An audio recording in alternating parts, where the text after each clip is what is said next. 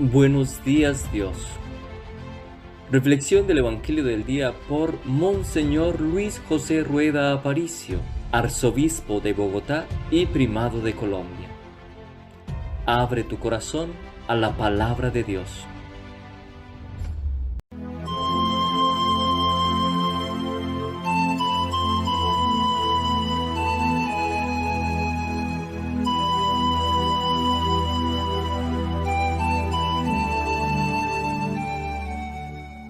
En el nombre del Padre, y del Hijo, y del Espíritu Santo. Amén.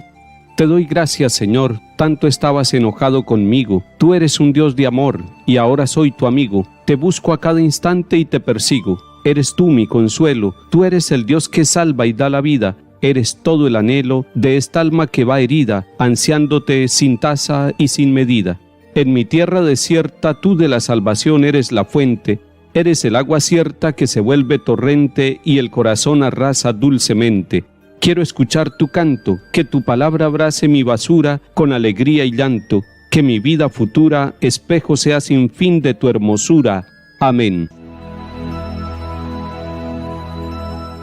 Lectura del libro de Esdras, capítulo 9. Yo, Esdras, al llegar la hora de la oblación de la tarde, acabé mi penitencia, y con el vestido y el manto rasgados me arrodillé y alcé las manos al Señor mi Dios, diciendo: Dios mío, de pura vergüenza no me atrevo a levantar el rostro hacia ti, porque nuestros delitos sobrepasan nuestra cabeza y nuestra culpa llega al cielo. Desde los tiempos de nuestros padres hasta hoy hemos sido reos de grandes culpas, y por nuestros delitos nosotros con nuestros reyes y sacerdotes hemos sido entregados a reyes extranjeros, a la espada, al desierto, al saqueo y a la ignominia, que es la situación actual. Pero ahora el Señor nuestro Dios nos ha concedido un momento de gracia, dejándonos un resto y una estaca en su lugar santo, dando luz a nuestros ojos y concediéndonos respiro en nuestra esclavitud, porque éramos esclavos, pero nuestro Dios no nos abandonó en nuestra esclavitud. Nos granjeó el favor de los reyes de Persia, nos dio respiro para levantar el templo de nuestro Dios y restaurar sus ruinas, y nos dio una tapia en Judá y Jerusalén. Palabra de Dios, te alabamos, Señor.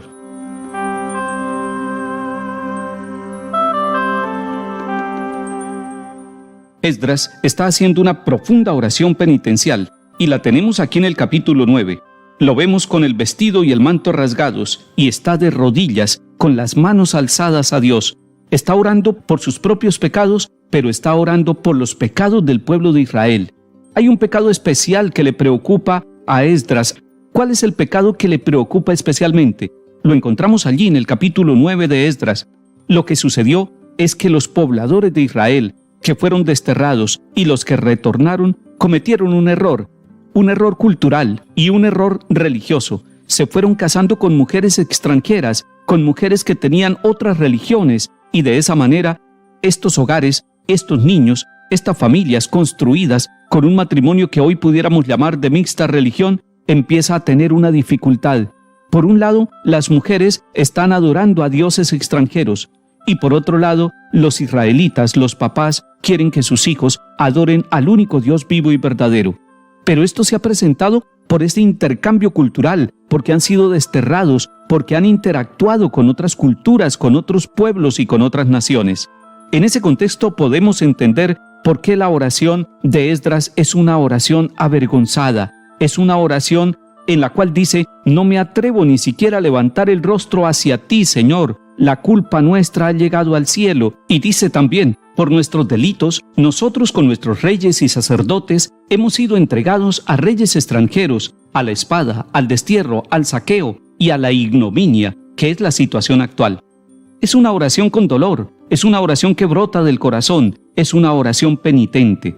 Además, Esdras en su oración está reconociendo la obra de Dios, pero ahora el Señor nuestro Dios nos ha concedido un momento de gracia, nos ha dado luz, nos ha dado respiro, porque Él no nos abandonó en nuestra esclavitud.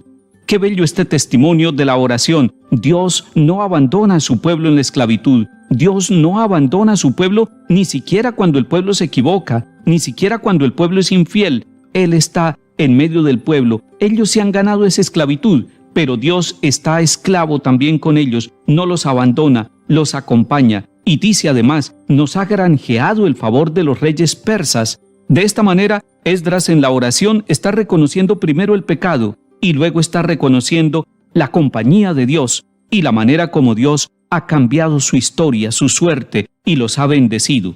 Sin duda que de este capítulo debemos aprender y motivarnos para orar por nuestros pueblos, que sea una oración no en primera persona singular, sino orando por nuestros pueblos, reconociendo que en nuestros pueblos hay fallas, que en nuestras ciudades, que en nuestros países hay muchos pecados, hay muchos delitos, pero sin perder la esperanza, sabiendo que el Señor nos muestra momentos de gracia, nos da luz, nos da respiro, porque Él acompaña nuestra vida y no nos abandona, a pesar de los rechazos, a pesar de los abandonos de nuestra parte. Hoy oremos intercediendo por nuestra ciudad, hoy oremos intercediendo por el pueblo donde vivimos, hoy oremos por los pecados de nuestro pueblo y reconozcamos además la presencia del Dios vivo, del Dios misericordioso que va acompañando nuestra historia.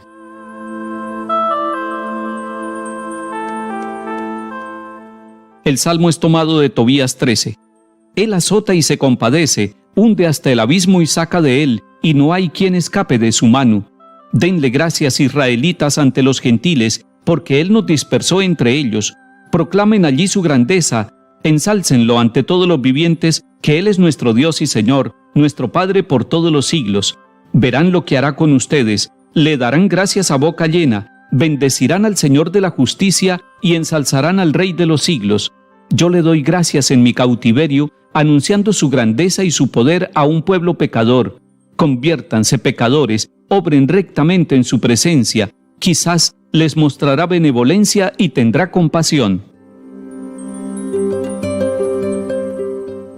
Lectura del Santo Evangelio según San Lucas, capítulo 9.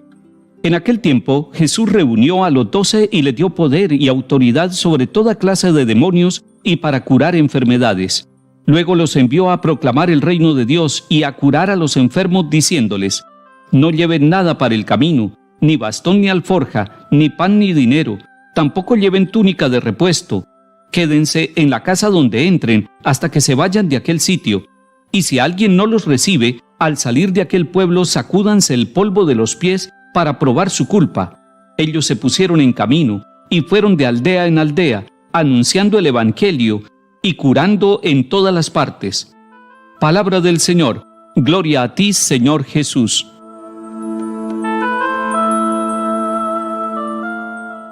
Tres elementos podemos destacar de este Evangelio que acabamos de escuchar. Primero, la reunión de los 12 apóstoles. Segundo, el poder y autoridad que Jesús les da. Y tercero, el envío de estos apóstoles. Miremos estos detalles. Jesús reunió a los 12. Ese reunirse con Jesús de los 12 es muy importante. Los 12 significa la apostolicidad. Son los 12 elegidos, son el nuevo pueblo de Israel. Ya no son las 12 tribus, son los 12 apóstoles, 12 que van a ser enviados, 12 elegidos por el Señor después de una noche de oración, 12 que el Señor ha tomado para Él. Y recordemos que nuestra iglesia es apostólica y allí está el fundamento de nuestra iglesia. Pudiéramos decir que cuando Jesús reúne a los 12, está reuniendo a la iglesia naciente, a esa iglesia apostólica, a esa iglesia que Él quiere enviar, a esa iglesia elegida por el Señor. Siempre que nos reunimos a la Eucaristía, siempre que nos reunimos a la oración en el nombre del Señor, estamos repitiendo este gesto del Señor Jesús en Lucas 9, reunir a los 12. Y luego de reunirlos para vivir la comunión, para sentir la unidad con el Maestro, les da poder y autoridad. La iglesia por sí sola no tiene autoridad, la iglesia por sí sola no tiene poder. Es el Señor el que reviste de poder y de autoridad a los 12 apóstoles y a toda la iglesia en todos los tiempos. No tendríamos nosotros, los obispos, ni los sacerdotes, ninguna autoridad, por ejemplo, de perdonar pecados, de administrar los sacramentos, de predicar la palabra. No tendríamos ninguna autoridad que pudiéramos darnos a nosotros mismos si no fuera el Señor el que nos da el poder y la autoridad. Es un poder y una autoridad para el envío, para la misión. Y ese es el tercer momento. Los envía a proclamar el reino de Dios. Y el reino de Dios tiene unas manifestaciones. Son curados los enfermos, El reino de Dios es proclamado en medio de la pobreza, en medio de la austeridad, en medio de la libertad de los apóstoles. Ellos salen a cumplir la misión que el Señor les ha encomendado. Ellos se ponen en camino. La iglesia de todos los tiempos también se pone en camino. Y el Papa Francisco nos invita permanentemente a que nosotros nos pongamos en camino, a que salgamos a las calles, a que vayamos a predicar el Evangelio, a que anunciemos la buena noticia, esa buena noticia que Cristo le ha confiado a sus apóstoles y a toda la iglesia, esa buena noticia de que Dios nos ama, de que Dios nos perdona, curen toda enfermedad y toda dolencia. El Señor Jesús nos reúne para vivir la comunión de los 12 apóstoles. El Señor Jesús le da poder a la iglesia y le da autoridad. El Señor Jesús envía a su iglesia para que con alegría anuncie el Evangelio, anuncie el reino de Dios. Que el Señor nos bendiga y acompañe en el nombre del Padre y del Hijo y del Espíritu Santo. Amén.